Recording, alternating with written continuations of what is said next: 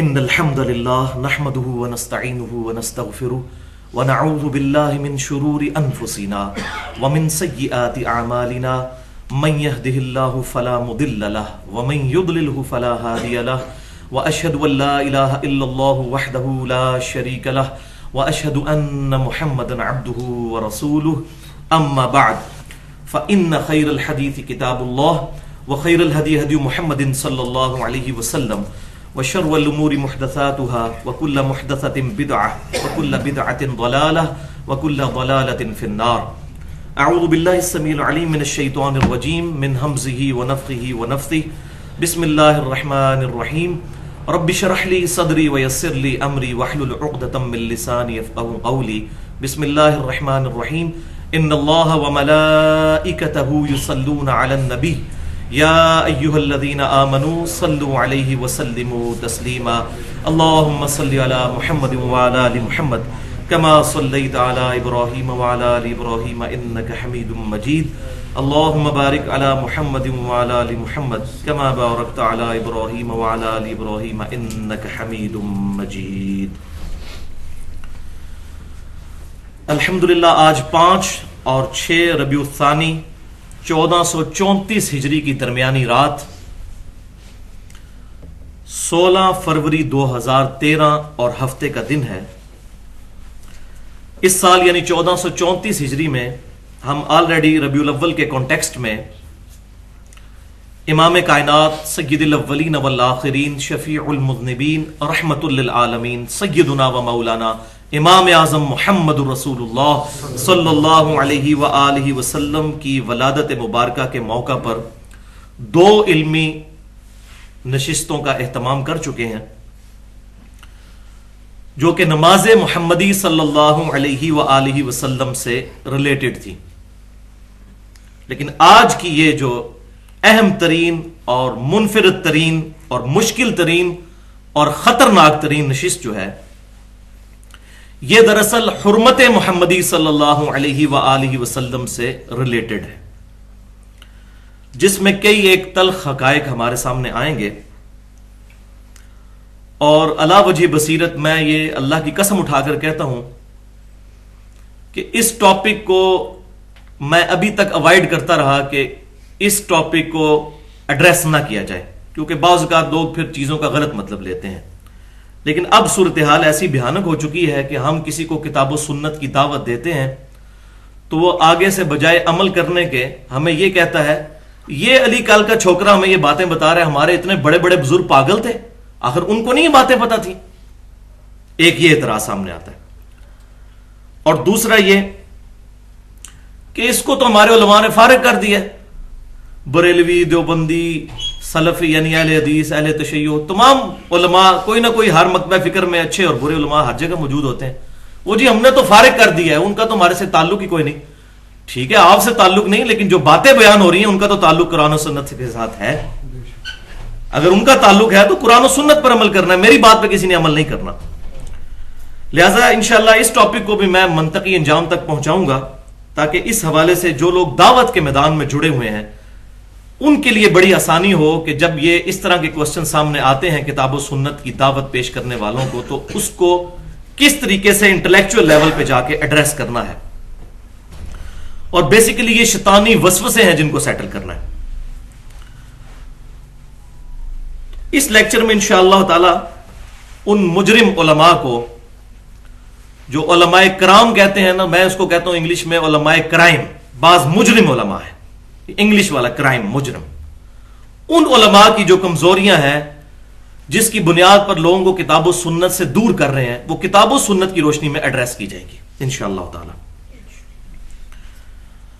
اور اس گفتگو کا واحد مقصد یہ ہے کہ امام کائنات صلی اللہ علیہ وسلم کی بھولی بھالی امت کو ان کے سو کالڈ بزرگان دین سے، جن میں سے اکثر بزرگان بے دین ہوتے ہیں الا ماشاء اللہ، ان سے رشتہ توڑ کر امام کائنات سید الاولین والآخرین شفیع المذنبین رحمت للعالمین سیدنا و مولانا امام اعظم محمد رسول اللہ صلی اللہ علیہ وسلم کے مبارک قدموں تک پہنچایا جائے. اور بقول احمد رضا بریلوی صاحب کے کاش اس پر وہ خود بھی عمل کرتے اور ان کے ماننے والے بھی، باقی سب لوگ بھی، کہ پھر کے گلی گلی تباہ ٹھوکریں سب کی کھائیں کیوں، دل کو جو عقل دے خدا تیری گلی سے جائیں کیوں. یعنی اگر اللہ عقل دے تو نبی صلی اللہ علیہ وسلم کا دامن کرم چھوڑیں ہی کیوں کہ ہمیں اور ہستیوں کی امامت کی ضرورت پڑ جائے، ان سے رہنمائی حاصل کرنے کی ضرورت پڑ جائے، والعیاذ باللہ تعالی. اور اس گفتگو کا بیسٹ موقع جو ہے وہ ربیع الاول شریف ہی ہو سکتا تھا، اور اسی کنٹیکسٹ میں ہماری یہ علمی نشستیں چل رہی ہیں، کیونکہ ربیع الاول کے موقع پر بھی نبی صلی اللہ علیہ وآلہ وسلم سے ریلیٹڈ مختلف بیانات ہوتے ہیں، لیکن اس ایشو کو ایڈریس نہیں کیا جاتا جو اصل مسئلہ ہے، وہ ہے حرمت محمدی صلی اللہ علیہ وآلہ وسلم کا.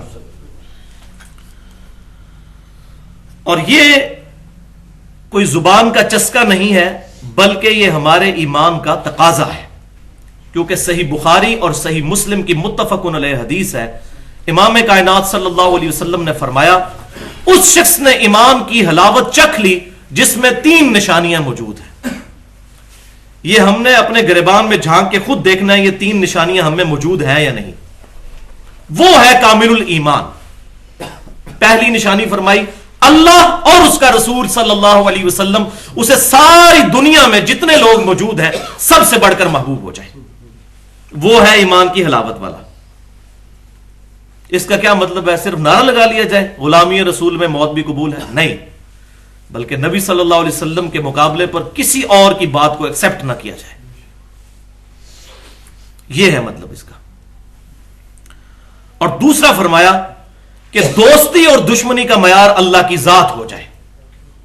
اور اس میں امپلائڈ ہے کہ نبی صلی اللہ علیہ وسلم کا ریفرنس، کیونکہ من یطع الرسول فقد اطاع اللہ، جس نے رسول اللہ کی اطاعت کی اس نے اللہ کی اطاعت کی. تو دوستی نہیں دشمنی بھی اللہ اور اس کے محبوب صلی اللہ علیہ وسلم کے ریفرنس سے کرنی ہے. یہ جو میں نے کہا تھا بزرگان بے دین کے ساتھ دشمنی کرنا اور علماء کرائم کو ننگا کرنا، یہ ہمارے ایمان کا تقاضا ہے. ہم بے ایمان ہو جائیں گے. یہ دونوں رخ ہیں. اسی لیے دیکھیں امر بالمعروف و نہی عن المنکر، خالی نیکی کی دعوت نہیں ہے، برائی سے روکنا بھی ہے. تو اللہ اور اس کے رسول کی محبت اور اللہ اور اس کے رسول کے مقابلے پر کھڑی ہوئی ہستیاں سو کالڈ، ان کو ننگا کرنا. ہاں، جو اللہ اور اس کے رسول کے احکامات بتاتے ہیں ان اماموں کی جوتیوں کی خاک ہماری آنکھوں کا سرما، ان کو نہیں ہم معاذ اللہ استغفر اللہ، وہ حزب اللہ میں داخل ہے. وہ میں آج بتاؤں گا کون حزب اللہ ہے اور کون حزب الشیطان ہے. اور تیسرا فرمایا کہ نشانی یہ ہے کہ کفر کی طرف لوٹنا اس کے لیے اتنا ہی مشکل ہو جائے جتنا زندہ آگ میں جلایا جانا. یعنی وہ آگ میں جلنے کے لیے تیار ہو جائے لیکن اپنا ایمان نہ چھوڑے. یہ 3 نشانیاں جس میں ہوں گی وہ ہوگا مؤمن، اور اس میں ایمان کی حلاوت بھی، مٹھاس بھی اس کی وہ محسوس کرے گا. بخاری اور مسلم دونوں کی متفق علیہ حدیث. تو بھائیو ہمارے آج کا جو ٹاپک ہے اس کا عنوان ہے فرقوں کے بزرگوں کی اندھا دھند پیروی کا انجام اور اس کا علاج. فرقوں کے بزرگوں کی اندھا دھند پیروی کا انجام اور اس کا علاج. فرقوں کے بزرگوں کی اندھا دھند پیروی کا انجام اور اس کا علاج. اور علاج کیا ہوگا؟ وہ ہوگا اینٹی وینم سے، جس کو میں پنجابی میں کہتا ہوں پھکی، اور اردو میں الزامی جواب، اور انگلش میں کہتے ہیں اس کو فلسفی کی جواب میں لاجیکل آنسر. اینٹی وینم کیا ہے؟ کوبرا سانپ جب کاٹ جائے تو اس کے وینم کا علاج اینٹی وینم سے ہوتا ہے، وہ بھی کوبرے کے زہر سے ہی تیار ہوتا ہے. تو ہوگا زہریلا جواب، لیکن وہ اینٹی وینم سے ہی وینم کا علاج ہو سکتا ہے. وہ کیا علاج ہوگا وہ انشاءاللہ اگلی دفعہ ڈسکس کریں گے. وہ ہوگا ہمارے انڈیا پاکستان کے چند مشہور بزرگ جن کے ساتھ لوگ بڑی عقیدت رکھتے ہیں، ان کی 19 گستاخانہ عبارات کا تحقیقی جائزہ. 19. اور بھائیو اس لیکچر کا نمبر جب بائی چانس آیا 71، کیونکہ یہ لیکچر انشاءاللہ ہمارا اہل سنت پاک.com پر مسئلہ نمبر 71 کے نام سے اپلوڈ ہوگا، تو میں نے پھر قرآن پاک سے اس کی نسبت تلاش کرنی شروع کی. الحمدللہ بڑی پرفیکٹ نسبت ملی کہ ہم جس ایشو کو ڈسکس کرنے جا رہے ہیں یہ مسئلہ ایسا ہے جس کا سولوشن صرف ایک ہے، اور وہ ہے اللہ اور اس کے رسول صلی اللہ علیہ وسلم کی ایبسولوٹ اطاعت، ریلیٹو نہیں، کسی کے نسبت سے نہیں، ایبسولوٹ اطاعت، الحمدللہ۔ اور وہ آیت ہے سورۃ الاحزاب آیت نمبر 71، بسم اللہ الرحمن الرحیم، وَمَن يُطِعِ اللَّهَ وَرَسُولَهُ فَقَدْ فَازَ فَوْزًا عَظِيمًا، مسئلہ نمبر 71 اور آیت نمبر 71 سورۃ الاحزاب کی۔ جو کوئی اللہ اور اس کے رسول کی اطاعت اختیار کرے گا تو بے شک وہی عظیم کامیابی پر فائز ہوا۔ یہ تو ہو گیا اس کا پازیٹو پہلو۔ اب دوسری طرف سے اس ساری گیم میں اللہ اور اس کے رسول کے مقابلے پر عز و جل و صلی اللہ علیہ وسلم چند ہستیوں کو کھڑا کیا گیا ہے، ان کا ذکر بھی 71 نمبر آیت میں ہی موجود ہے، اور وہ 71 نمبر آیت ہے سورۃ الاعراف کی آیت نمبر 71۔ سورہ نوح کے اندر پارہ نمبر 29 میں ڈیٹیل کے ساتھ ذکر ملتا ہے کہ نوح علیہ السلام کے مقابلے پر 950 سال تک جو لوگ کھڑے ہوئے، ان کا سٹانس کیا تھا کہ انہوں نے 5 ان کے بزرگ تھے جو اولیاء اللہ ہی تھے، لیکن بعد میں ان کے ناموں پر بت کھڑے کر لیے گئے، ان کے مقابلے پر نوح علیہ السلام کو وہ سمجھتے تھے، اور وہ کہتے تھے کہ ہم ان 5 بتوں کو نہیں چھوڑیں گے۔ وہ بیسیکلی 5 بزرگ تھے، ان کے نام بھی سورہ نوح کے اندر آئے ہیں۔ ایک کا نام آیا ود، دوسرا سواع، تیسرا یغوث غوث مددگار، یہ دیکھ لیں وہی الفاظ آج کل بھی چل رہے ہیں، یعوق اور نصر، یہ 5۔ ان کا ہم ان 5 بزرگوں کو نہیں چھوڑنے والے، چاہے اللہ کا پیغمبر کہتا رہے۔ تو سورۃ الاعراف کی آیت نمبر 71 میں نوح علیہ السلام کا جواب ہے، مسئلہ نمبر 71 آیت نمبر 71 سورۃ الاعراف کی، قد وقع علیکم من ربکم رجس وغضب، اے کافرو بے شک تمہارے رب کی طرف سے تمہارے اوپر گندگی ڈال دی گئی ہے اور اللہ کا غضب نازل ہو چکا ہے کہ تم میرے مقابلے پر اپنے بزرگوں کو لے کر آتے ہو۔ اتجادلوننی فی اسماء سمیتموها انتم وآباؤکم، کیا تم میرے ساتھ جھگڑا کر رہے ہو ان چند ناموں کی بنیاد کے اوپر جو تم اور تمہارے آباء و اجداد نے خود سے گھڑ لیے ہوئے ہیں؟ یہ فلانے بزرگ ہیں، یہ فلانی سرکار ہے، یہ کاواں والی سرکار ہے، یہ کتیاں والی سرکار ہے، بالکل ہے، یہ گھوڑے شاہ ہے۔ ایک ہمارے اسلام آباد میں وہاں پر مزار کے باہر لکھا ہے سید پگیاڑ حسین شاہ، یہ ارسیشن جس طرح کہتے ہیں انگلش میں ارسیشن کتا، تو ہمارے وہ پگیاڑی کتا کہتے ہیں نا، پگیاڑ حسین شاہ، یعنی سیدنا حسین کا نام بگیاڑ کے ساتھ لگایا ہوا ہے اور شرم بھی نہیں آتی۔ تو یہ چند نام ہے جو تم نے اور تمہارے آباء و اجداد نے رکھ لیے، ما نزل اللہ بہا من سلطان، اللہ نے ان کی کوئی سند نازل نہیں کی تھی۔ فانتظر انی معکم من المنتظرین، تو نوح علیہ السلام نے کہا کہ پھر اب انتظار کرو، ہم بھی تمہارے ساتھ انتظار کرنے والوں میں ہیں۔ اور پھر انجام کیا ہوا؟ اللہ کے غضب سے ہلاک ہوئے وہ۔ رہا مسئلہ 19 عبارتوں کا، تو الحمدللہ اس کی بھی بڑی زبردست نسبت ہے، بہت زبردست اور خطرناک۔ وہ سورۃ المدثر کی آیت نمبر ہے 30 کہ دوزخ کے اوپر 19 فرشتے ہیں، علیہا 19، اس پر ہیں 19 فرشتے داروغ مقرر جو دوشیوں کو عذاب دے رہے ہوں گے، یہ 19 کا عدد وہ ہے، والعیاذ باللہ تعالی۔ اور ظاہر ہے کہ اس کا انجام دوزخ ہی ہے، اللہ اور اس کے رسول کے گستاخ کا انجام تو دوزخ ہی ہے۔ اور یہ میں اپنی طرف سے نہیں بات کر رہا، سورۃ الاحزاب کی آیت نمبر 57 ہے، آیت جو درود ہے، ان اللہ وملائکتہ یصلون علی النبی، اس سے اگلی آیت یہ ہے، بسم اللہ الرحمن الرحیم، ان الذین یؤذون اللہ ورسولہ لعنہم اللہ فی الدنیا والآخرہ، بے شک جو لوگ اللہ اور اس کے رسول کو تکلیف دیتے ہیں ان پر اللہ کی لعنت ہے، دنیا میں بھی اور آخرت میں بھی۔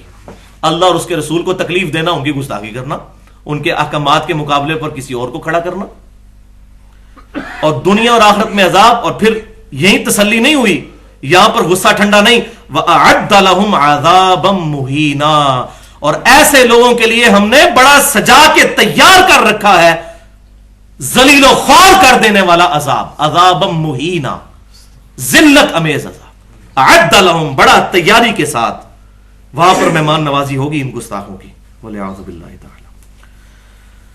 بھائیو یہ لیکچر 2 پورشنز پر مشتمل ہے. پہلا پورشن آج اور انشاءاللہ اگلا پورشن اگلی دفعہ ڈسکس ہوگا. بہرحال اس کی ڈیٹیل سن لیجئے. پورشن نمبر 1 میں آج انشاءاللہ تعالی کل 5 اہم علمی پوائنٹس کو ڈسکس کروں گا اور انہی پوائنٹس کے اندر اس لیکچر کے عزائم, اس لیکچر کے مقاصد, اس لیکچر کے فوائد اور نتائج, کنکلوژن کیا ہے, وہ سارے اسی میں ہی آ جائیں گے. اگلی دفعہ صرف گستاخانہ عبارتوں کا تحقیقی جائزہ ہوگا. اس سے رزلٹ جو نکالنا ہے وہ آج ہی نکل جائے گا انشاءاللہ.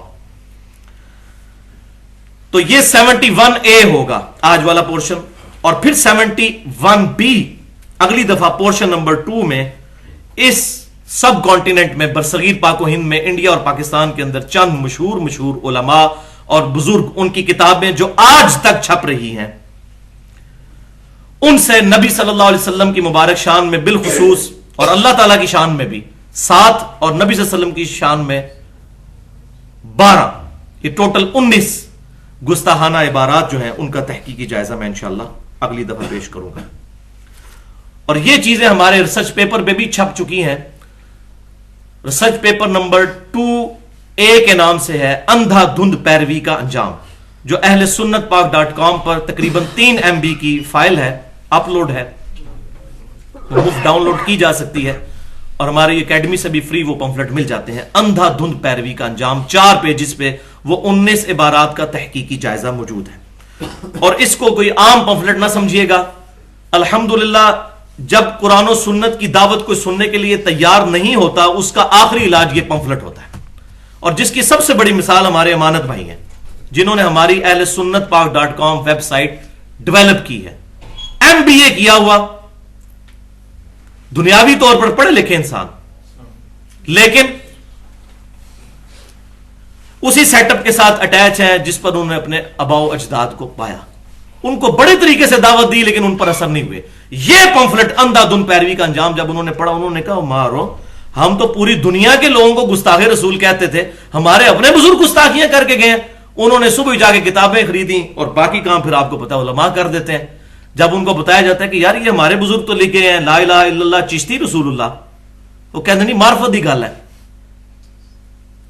اچھا جی یہ لکھ دیا لا الہ الا اللہ اشرف علی تھانوی رسول اللہ اور اللہم صلی علی اشرف وعلی آل اشرف والعیاذ باللہ تعالی. وہ کہتے ہیں جناب یہ معرفت کی بات آپ کو سمجھ نہیں آ سکتی. وہ پھر سمجھ تو آ جاتی ہے انسان کو کہ اصل میں یہ سارے عقائد و نظریات ہی غلط ہے. تو جواب نہیں ہوتا تو کہتے سمجھ نہیں آ سکتی. تو سمجھ نہیں آتی تو کتابوں میں لکھا کیوں ہے, جو چیز سمجھ سے ہی باہر ہے.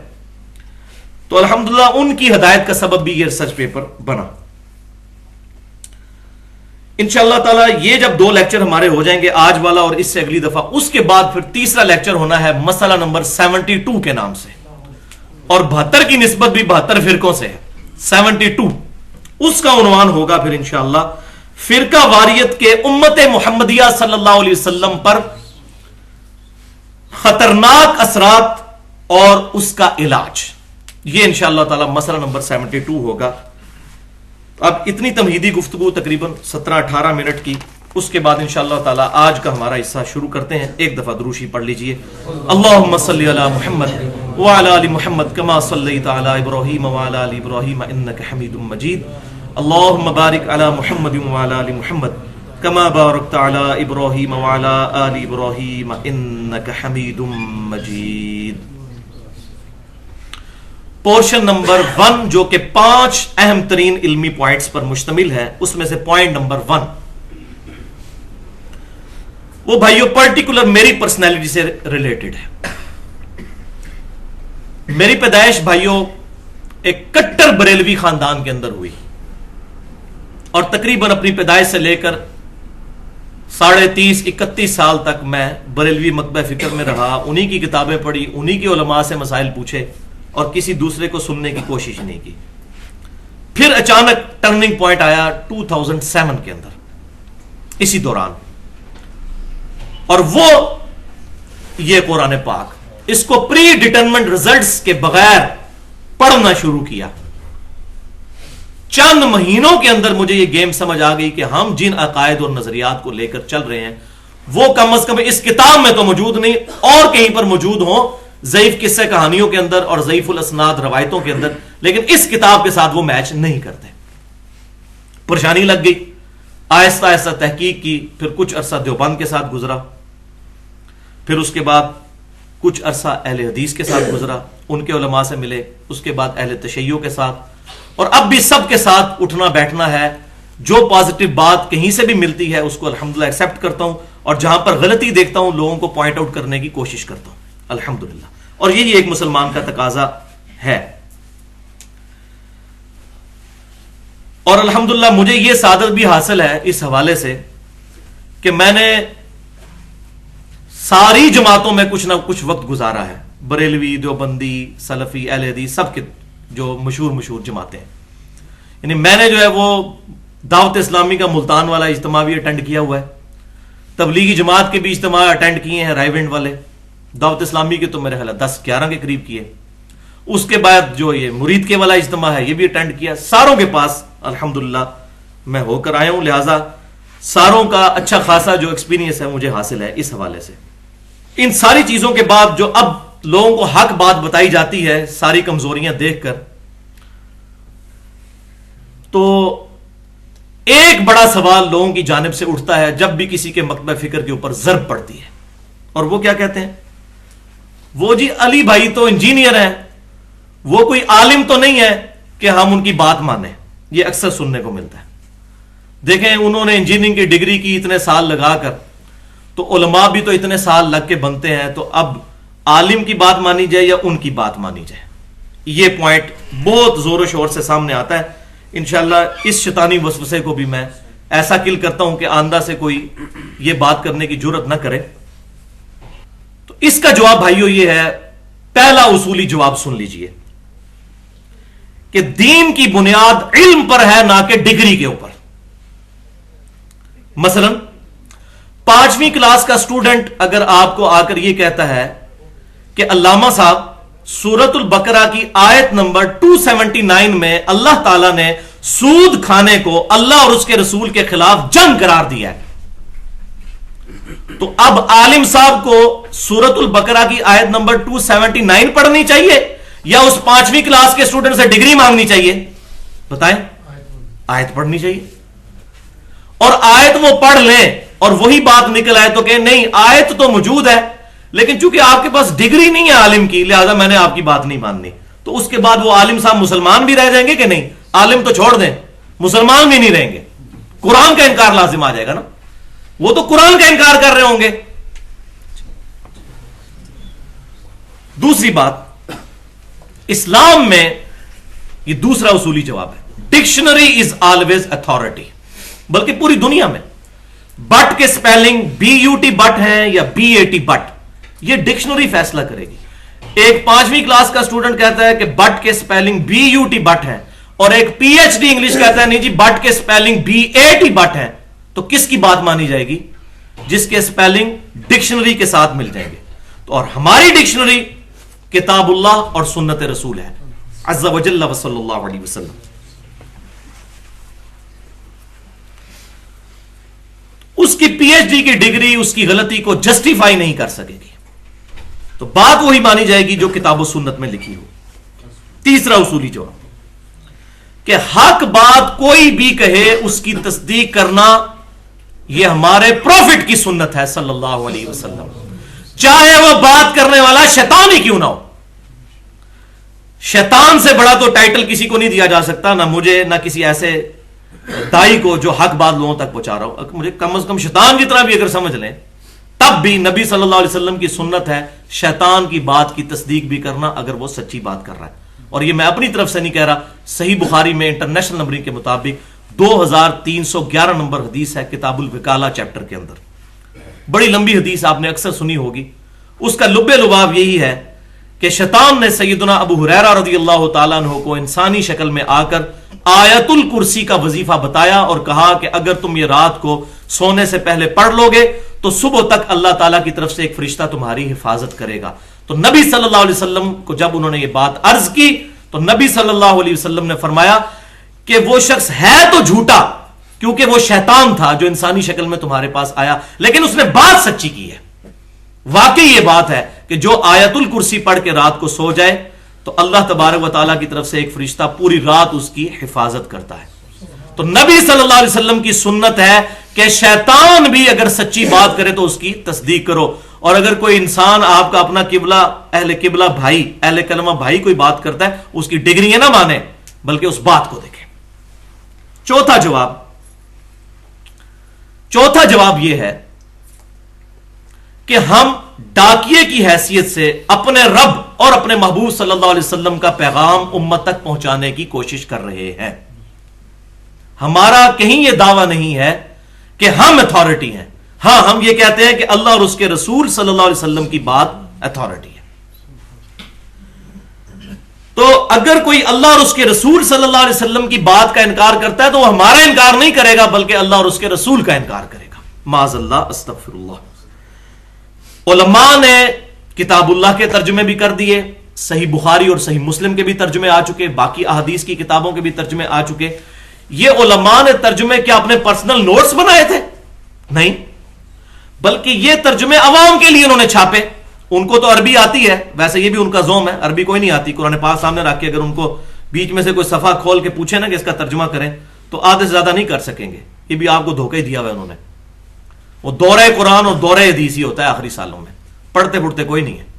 بہرحال جس کا دعویٰ ہے کہ عربی آتی ہے، تو یہ ترجمے جو ان کے بڑے بڑے علماء نے کیے، کیا یہ نوٹ کمانے کے لیے کیے کہ ہاں جی یہ کتابیں بکیں اور ہم پیسے کمائیں؟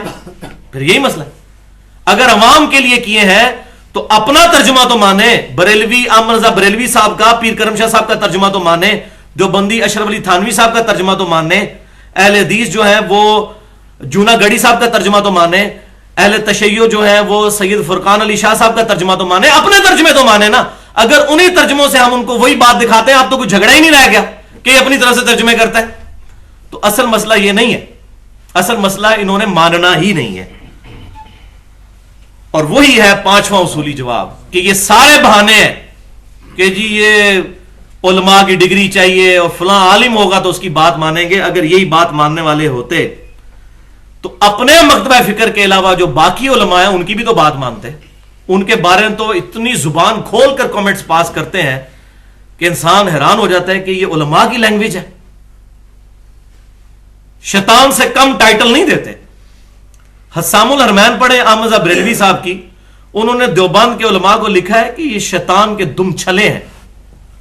اور اس کے جواب میں جب دیوبندیوں نے کتاب لکھی المحند المفند 1906 کے اندر، حسام الحرمین 1905 میں لکھی گئی، 1906 میں، اس میں 35 علماء دیوبند نے سائن کیے جن میں اشرف علی تھانوی صاحب بھی شامل ہیں، اور اس میں انہوں نے لکھا کہ احمد رضا بریلوی صاحب اور ان کے سارے پیروکار یہ شیطانی لشکر ہے جو ہم پہ حملہ آور ہو گیا۔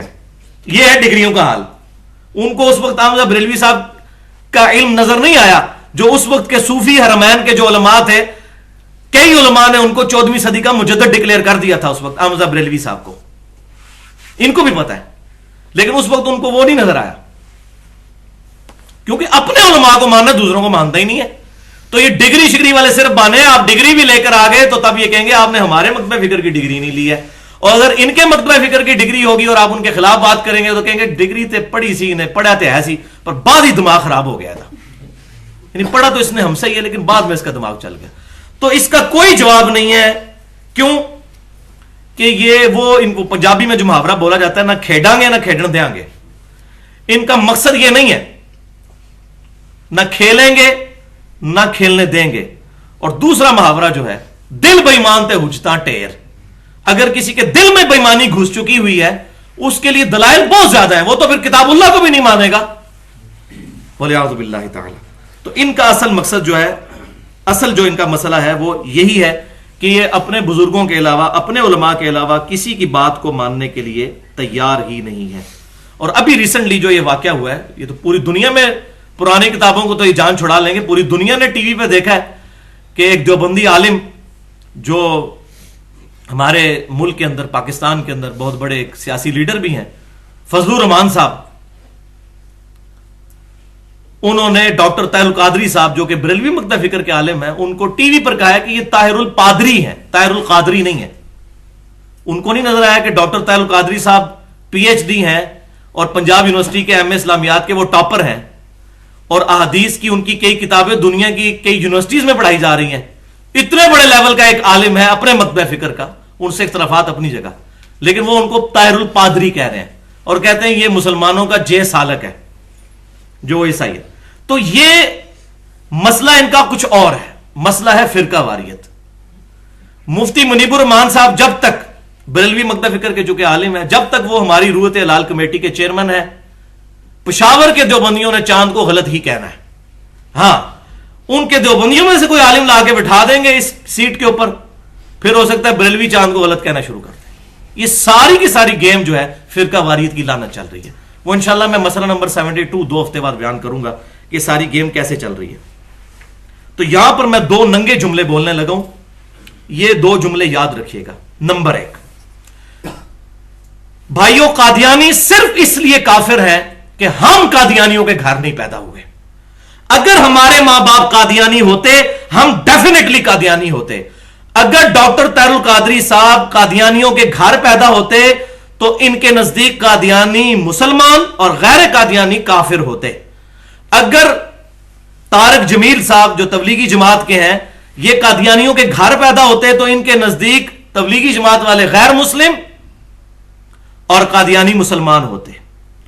اسی طریقے سے اہل تشیع کے ساجد نقوی صاحب اگر قادیانیوں کے گھر پیدا ہوتے تو ان کے نزدیک قادیانی مسلمان ہوتے اور اہل تشیع کافر ہوتے.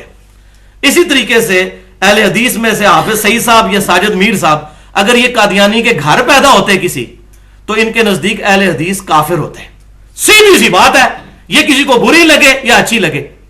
اور یہی لوگ سارے کے سارے ایران میں پیدا ہوئے ہوتے تو سنیوں کو غلط سمجھ رہے ہوتے اور اہل تشیع کو صحیح سمجھ رہے ہوتے, اور ایران کے علماء یہاں پیدا ہوئے ہوتے تو اہل سنت کو صحیح سمجھ رہے ہوتے, ان کو غلط سمجھ رہے ہوتے. یہ ٹوٹل گیم چل رہی ہے. جس گھر میں پیدا ہوتے ہیں, جس محلے کی مسجد میں پیدا ہوتے ہیں, اس کے پاس اس کے ساتھ ان کی اٹیچمنٹ ہے. یہ ان کی تحقیق ہے جو یہ کہتے ہیں اتنے بڑے بڑے علماء پاگل ہیں. تحقیق ان کی اصل میں یہ ہے کہ انہوں نے آنکھ کہاں پر کھولی ہوتی ہے. ہمارے جیسے لوگ بہت کام ہیں جو ریورٹ ہو کے آتے ہیں, اور جب وہ آتے ہیں وہ پھر حق بات کرتے ہیں, پھر وہ کسی مکتب فکر کا خیال نہیں رکھتے. تو یہ قادیانی والا مسئلہ. اور دوسرا کہ اگر صرف ڈگری دلیل ہو کسی بندے کے عالم ہونے کی تو بریلوی دیوبندی اور سلفی یعنی اہل حدیث کے علماء تو 8 سال میں درس نظامی کرتے ہیں, اور اہل تشیع کے علماء قم یونیورسٹی ایران سے 17 سال میں عالم بن کے آتے ہیں. تو پھر 17 سال والے عالم کو ماننا چاہیے نا, 8 سال والے کو نہیں ماننا چاہیے. نہیں, ان کو تو ہمارے علماء نے کافر قرار دے دیا. ان سے پوچھیں گے کہ جی ان کو ہمارے علماء نے گمراہ قرار دے دیا. تو یہ سارے کے سارے معاملات چل رہے ہیں. اگر یہ عالم اور ڈگریوں والا چکر ہو تو جو 17 سال میں ڈگری لے کے آتا ہے اس کی بات مانی جائے, پھر کہیں گے نہیں دلائل پہ, تو بات وہیں پر آئے گی. یہاں پہ یہ بھی بات یاد رکھیے بھائیوں, اگر ایک قادیانی پوری زندگی صرف قادیانی علماء سے ختم نبوت سمجھتا رہے, اس کو کبھی بھی ختم نبوت سمجھ نہیں آئے گی. اس کو باقیوں کے پاس جانا پڑے گا. بالکل اس طریقے سے ایک بریلوی ہے, ایک دیوبندی ہے, اہل حدیث ہے, جب تک وہ صرف اپنے علماء کی بات سنے گا, دوسرے کی بات کو سنے گا نہیں اور کہے گا علماء نے فارغ کر دیا ہے, تو قیامت والے دن اللہ تعالیٰ کی بارگاہ میں یہ جواب دے گا کہ یا اللہ مجھے اس لیے مسئلہ سمجھ نہیں آیا کہ ہمارے علماء نے ان کو فارغ کر دیا ہوا تھا, اس لیے میں نے ان کی بات نہیں سنی. تو کیا ایک قادیانی کا یہ عذر قبول ہو جائے گا؟ نہیں ہوگا. تو قادیانیوں پہ نہ رکیں, اپنے اوپر بھی لائیں نا. ہم جہاں جہاں پیدا ہوئے ہیں ہمیں دلائل کے ساتھ یہ بات پتہ ہونی چاہیے کہ ہمارا کون سا عقیدہ حق پر ہے اور کون سا باطل پہ ہے. وَلِعَاذُ بِاللَّهِ تَعَالَى. بھائیو, میں نے تمام مکاتب فکر کو سٹڈی کیا ہے اور علا وجہ بصیرت یہ کہتا ہوں کہ ہر جگہ خیر کا کچھ نہ کچھ عنصر موجود ہے, اور ماشاءاللہ شر بھی تھوک کے حساب سے ہر مکتب فکر میں موجود ہے. شر کی بھی کمی نہیں ہے. اور اس کے پیچھے سب سے بڑی ریزن اس شر کو پھیلانے کی وہ ہے بھائیو روٹی. جس کا دین روٹی کے ساتھ جڑا ہوا ہے وہ کبھی بھی حق بات نہیں کر سکے گا. یہ آج جو یہ کہتے ہیں نا جی اتنے بڑے بڑے علماء مسئلہ بتا رہے ہیں, اور مسئلہ تو بھائی بتائیں گے, مسجد کمیٹی سے مار کھانی ہے. ایک بریلوی اور دیوبندی عالم نے اگر وہ بخاری اور مسلم سے نماز کا طریقہ پڑھ کے سنا دے جمعے کے خطبے میں, انہوں نے کہنا یہ تو فارغ ہو گیا. ایک اہل حدیث اگر جمعہ پڑھا دے کہ آندہ سے کوئی شخص ننگے ساتھ نماز نہیں پڑھے گا, نماز تو ہو جاتی ہے لیکن افضل یہی ہے, تو کمیٹی نے کہنا جناب یہ تو بریلویاں نہیں گلنا شروع کرتی ہیں انہوں نے. اسی طریقے سے اہل تشیع کا کوئی عالم ممبر پر چڑھ کر یہ کہہ دے کہ جب سیدنا و مولانا علی رضی اللہ تعالیٰ عنہ نے خوارج جو کہ حضرت علی کو کافر کہتے تھے، ان کے جنازے بھی خود پڑھائے ہیں، ان کو اپنے ہاتھوں سے دفنایا ہے اور جنازے میں ان کے لیے دعائیں مغفرت کی ہے. تو صحابہ کرام علیہم رضوان ان کا تو مرتبہ بہت اونچا ہے، ان کے لیے دعائیں مغفرت کرنی چاہیے. چاہے جائے کہ ہم ان کے بارے میں گالی گلوچ کریں تو کہیں گے جس کا تو دماغ خراب کر دیا کسی سنی نے. تو اس کو نظر آئے گا کہ اب مجھے ممبر سے اتارا تو میرے بچوں کا کیا بنے گا. تو روٹی ہے پیچھے سارا مسئلہ، اور اس میں میں نے 1.5 گھنٹے کی گفتگو کی ہے. رزق حرام، فتنہ مال، دنیا پرستی کا انجام اور اس کا علاج، مسئلہ نمبر 51 کے نام سے اہل سنت پاک.com پر 1 گھنٹہ اور 35 منٹ کی گفتگو ہے. قرآن سے اکثر آیات کی روشنی میں بتایا کہ حرام خوری ہی علماء کی گمراہی کا سبب ہے، اور پرٹیکولر حرام خوری پہ جتنی آیات ہیں قرآن میں وہ ہیں ہی پرٹیکولر علماء کے بارے میں، وَلِعَاذُ بِاللَّهِ تعالی. لیکن یہ سارے مسئلے نا دنیا میں ہیں، دین کے اندر یہ سارے مسئلے دین کے اندر ہیں. کوئی مسئلہ بتاتا ہے وہ جی حضرت صاحب نے فرما دیا، دنیا کے معاملے میں نہیں ہے. دنیا میں تو بڑے بڑے حضرت صاحب ہیں. آپ کسی اسپیشلسٹ ڈاکٹر کے پاس جاتے ہیں، آپ کے دائیں ٹخنے میں درد ہے، اور وہ پاکستان میں ایک بڑے کسی ہاسپٹل کا ڈاکٹر ہے، اسپیشلسٹ ہے، وہ کہے جی ٹخنے میں آپ کے درد ہے، لیکن یہ درد جو ہے اس کو دور کرنے کے لیے آپ کی دائیں آنکھ نکالنی پڑے گی. تو آپ کو اسپیشلسٹ کی ڈگری اس وقت نظر آئے گی.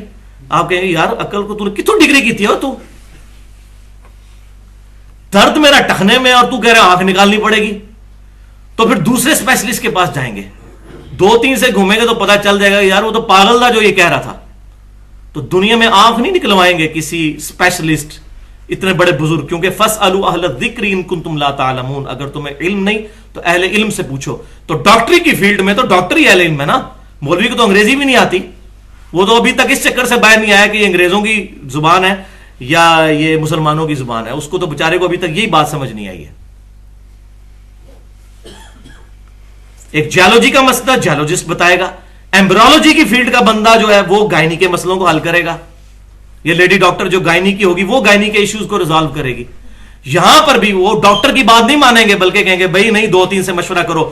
تو بھائیو دین کے معاملے میں بھی اگر کوئی عالم آپ کو غلط مشورہ دیتا ہے یا مجھ سے آپ کو ایسی بات سنتے ہیں جو آپ کے مقطع فکر سے ٹکراتی ہے، تو 3-4 علماء سے پوچھیں، ان کو کہ کتابیں دکھائیں، کتابیں کیا کہتی ہیں. اور اگر کتاب سپورٹ کر دے پھر کسی مولوی کا لحاظ نہ کریں، پھر اس کو منطقی انجام تک پہنچائیں کہ اتنی لمبی داڑیاں رکھ کے اور شلواریں اوپر کر کے اور اتنی بڑی بڑی پگڑیاں اور بڑی بڑی تسمیاں اٹھا کے یہ پبلک کو دھوکہ نہ دو. اپنی آخرت تو برباد کر رہے ہو، لوگوں کی آخرت نہ برباد کرو. خود تو جانا ہے دوزخ میں تم نے، ان اعمال کے سبب ہمیں نہ گھسیٹو، والعیاذ باللہ تعالی. تو بھائیو جس کی روٹی دین کے ساتھ نہیں لگی وہی آپ کو حق بات بتائے گا. یہ میری بات پلے باندھ دیں. الحمدللہ فی الوقت تو میں اپنی ذات کے لیے دین سے 1 روپیہ کمانا بھی حرام سمجھتا ہوں، اور یہی بات ہے کہ مجھے کوئی پرواہ نہیں، میں نے حق بات کرنی ہے انشاءاللہ تعالی. اور میں اس ویڈیو کی وساطت سے بھی اور آپ لوگوں سے بھی ریکویسٹ کرتا ہوں کہ سب میرے لیے دعا کریں کہ وہ دن، کہ جس دن مجھے یہ خیال بھی آئے کہ مجھے اپنا سورس آف انکم دین بنانا ہے، اس سے 1 دن پہلے ہی اللہ تعالیٰ مجھے ایمان و عافیت کے ساتھ مدینہ شریف میں موت دے دے اور جنت البقیع میں مدفن نصیب کرے. یہ وقت کبھی نہ آئے، ورنہ حق بات ضمیر کا مجرم رہوں گا اور قیامت والے دن اللہ تعالیٰ کی بارگاہ میں بھی والعیاذ باللہ تعالی شرمندگی اٹھانی پڑے گی. اسی لیے الحمدللہ کوشش ہوتی ہے اس محرم الحرام میں نے 2 گھنٹے 2 لیکچر 3 گھنٹے کے ریکارڈ کروائے ہیں. ایک لیکچر تھا 55B کے نام سے وصی رسول کون ہے اور حدیث قرطاس. اس میں نے اہل سنت کے ہاں جو خرابیاں ہیں اور کچھ اہل تشیع کی بالکل ننگا کیا، کسی کا لحاظ نہیں کیا. اور دوسرا مسئلہ نمبر 66A جس میں نے اہل تشیع کے ہاں جو خرابیاں پائی جاتی ہیں محرم کے حوالے سے ان کو ایڈریس کیا. جو ان کی جائز بات ہے اس کو مانا ہے، جو غلط بات ہے اس کو ایڈریس کیا. تو ایک دائی کو یہی چاہیے کہ وہ پری ڈیٹرمنٹ ریزلٹس کے بغیر حق بات کرے. تو بھائیو یہ جو ساری بزرگ پرستی چل رہی ہے اور اندھا دھند پیروی اپنے اپنے علماء اور فرقوں کی، اس کا جب میں نے روٹ کاز انالیسس کیا، یہ انگلش میں بولا جاتا ہے کہ برائی کی جڑ کو تلاش کرنا، تو اصل وجہ ان ساری بیماریوں کی اور اس ساری فرقہ واریت کی لعنت کی اور یہ ساری حرام خوریوں کی مجھے صرف ایک وجہ نظر آئی میرے انالیسس کے بعد، سب کے پیچھے ایک ہی ہے، ہاتھی کے پاؤں میں سب کا پاؤں. وہ ایک وجہ کیا ہے؟ آبا پرستی اور بزرگ پرستی.